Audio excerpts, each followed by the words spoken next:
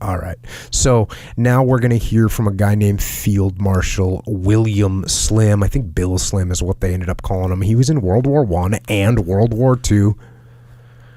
Wounded multiple times, I think 3 times. Led the 14th Army in Burma in World War II.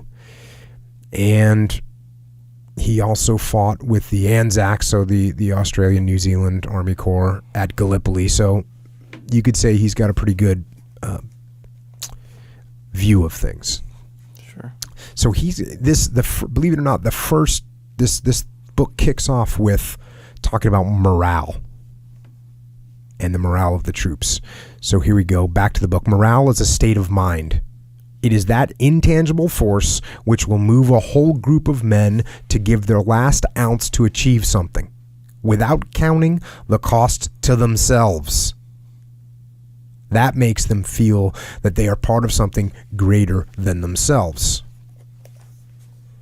Now, this is interesting. So he's talking about the importance of morale. Now, going back to the subject we were just talking about, back to the book, I learned too that one did not need to be an orator to be effective. 2 things only were necessary. First, to know what you were talking about, and second, and most important, to believe it yourself. So there you go. You don't need to be a great orator, but you got to know what you're talking about, and you got to believe it. Yeah. Those are 2 really good places to start. He continues on talking about morale. He says a most potent factor in spreading this belief in the efficiency of an organization is a sense of discipline. We tried to make our discipline intelligent, but we were old-fashioned army and we insisted on outward signs. We expected soldiers to salute and officers to salute in return, both in mutual confidence and respect. I encouraged all officers to insist whenever possible, and there were few places where it was not possible, on good turnout and personal cleanliness. It takes courage, especially for a young officer, to check a man met on the road for not properly saluting or for slovenly appearance. But every time he does, it adds to his stock of moral courage, and whatever the soldier may say, he has respect for the officer who does pull him up. Now, this is an interesting point, right? Because what we're talking about here is, I see Echo's, not wearing his uniform correctly, so I'm going to go over and tighten you up. That is, you can see where people are probably thinking, yeah, Jocko will be all over that guy, right? No, actually wrong. That's actually wrong. And what we're going to talk about here is I'm going to talk about what I call leadership capital. You only have so much leadership capital in your bank. Yeah. And you've got to decide what, as a leader, you're going to spend that capital on. Yeah. And if I see you out of uniform or you're looking sloppy, I've got to decide if it's worth me investing my leadership capital and going over and telling you that you need to tighten it up. Hey, Echo, you need to get that. Hey, Sergeant Charles, you need to get your uniform squared away. You look like crap. You're setting a bad example. Is that what I want to invest my leadership capital on? Now, can it be sometimes? Yes, absolutely. And we've talked about the many cases where that occurs. When you look at Hackworth, when Hackworth showed up to Vietnam as a battalion commander, he tightened up their uniform standards immediately. He tightened them up immediately. He knew he needed to invest that leadership capital. He needed to start with the small things. But if you're in a garrison situation and you see somebody that maybe isn't wearing their uniform properly, and you decide you're going to go tighten them up, I'm not saying it's the wrong answer. And as Leif Babin will tell you, it's not what you preach, it's what you tolerate. And so if you tolerate the guys looking like crap, they're just going to continue going down that hill of looking like crap. Now, to me, there's a certain point, right, that I won't let you go past. If you're a little out of the standard, maybe I'm going to let that one slide a little bit, right? But once you get to a point where you're looking like crap, well, guess what? I am absolutely going to tighten you up. And I'm going to explain to you why it's important. I'm not just going to go and yell at you. No, not happening.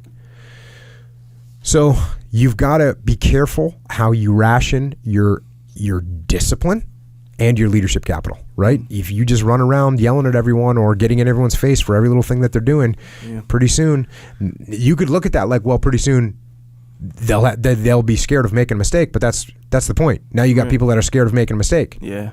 Now you're cutting off their ability to and their desire to think freely. So the bottom line with this, balance. You got to stay balanced in these things and don't waste your leadership capital. I was talking to a guy the other day. He was running a offsite for his executive team. And I talked to him and he said, man, it was just junk. And I said, well, what happened? And he had showed up to the executive offsite and he's in the company and he's the guy that's running the offsite. And he gets there and he says, all right, guys, while we're here, no cell phones. So everyone put your cell phones away. We need to focus. This is a strategic meeting. We need to get this done. So the guys put their cell phones away. And they start the meeting. He says 5 minutes into the meeting, the CEO breaks out his cell phone, starts looking at it. A minute after everyone sees that, you got half the room looking at their cell phones. Yeah. And he got kind of nuts on him. This is, man, what's going on? And people aren't even paying attention. After the first hour, he's this, what's going on? And I said to him, bro, let's look at what you just... So then he lost him. Like the meeting just went downhill. Yeah. And I said to him, let's talk about what you did. Because you invested your leadership capital for this important meeting on telling people to not use their cell phones. Did you tell them why? He's like, not really. Did you explain to them when they would be able to use their cell phones? No, I didn't. So you just went... Now, this company is a financial company. They've got a lot of things going on. You can imagine the CEO of a big financial company's got a lot of important calls and emails to check and all that. And all of a sudden he gets told no cell phone. When is that going to end? Yeah. What important thing is happening at my company today where I'm not allowed to talk on my cell phone and answer emails or look at my emails and I'm the guy? Yeah. So when am I supposed to... When would I be able to look at it? You didn't tell me that. Mm-hmm. So he invested all of his leadership capital to get people to do no cell phones. And he spent it, and there wasn't any left. And so you have to be careful. Now, you have to approach it the right way, right? First of all, you could say, hey, listen, guys, we're going to power through a solid hour right now. Mm-hmm. I'm going to ask you, unless it's just critical, keep your cell phones put away, and let's power through this. Let's get some good conversation going, right? And in an hour, we're going to take a 20-minute break where you can catch up when you got to catch up on, and then we'll do another hour after that. So now people understand what's happening and they understand why. And by the way, if everyone's on their cell phones, we're not going to get what we need out of this meeting. So you got to explain, and you don't want to invest your leadership capital on things that don't matter. So if you're the senior guy in a leadership position and you're focused on some little person that's out of uniform and that's what your focus is, that's not a good focus to have, right? Yeah. You should set the standard and your subordinate leadership all the way down to the front where you've got, like, you and me are peers, and I don't let you. I'm the one. I'm not waiting for the boss to come by and tighten up your uniform. I won't let you tighten up. I won't let you wear a crappy looking uniform. That's what I want. I want to have a gang mentality where we're self-policing. Because the minute I'm from the top doing that, again, does this happen sometimes? Yes. I'm not setting out a black and white rule here. Yeah. I'm giving the broad guidance that if you're Hackworth and you're taking over a battalion where people's lives are at risk and you know that there's slack everywhere and they're not doing a good job, you got to go in there and tighten them up. And one of the best ways to do that is to go in there and start on the small things. But if you've got a functioning unit that there's nothing critical happening and you're trying to build that team into something that's a winning team, and the first thing you could do is go in and focus on some of these small things when you haven't really established yourself, that could be problematic.